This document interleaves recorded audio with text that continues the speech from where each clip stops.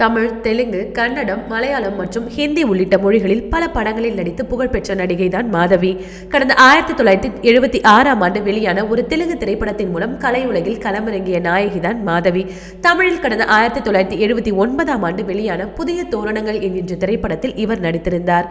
Super star Rajinikanth நடிப்பில் வெளியான தில்லுமுல்லு மற்றும் கமலஹாசன் நடிப்பில் வெளியான ராஜபார்வை உள்ளிட்ட திரைப்படங்களில் மாதவியின் கதாபாத்திரம் மிகப்பெரிய அளவில் பேசப்பட்டது.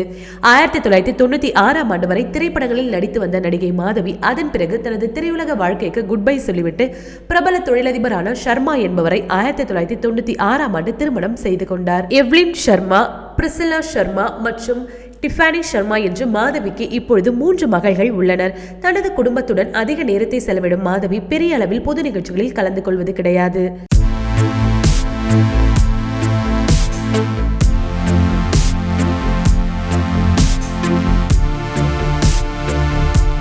ஓகே வியூவர்ஸ், இது போல சினிமா செய்திகளை நீங்கள் உடனுக்குடன் பார்க்க மறக்காம சினி டைம்ஸ் சேனலை சப்ஸ்கிரைப் பண்ணுங்க.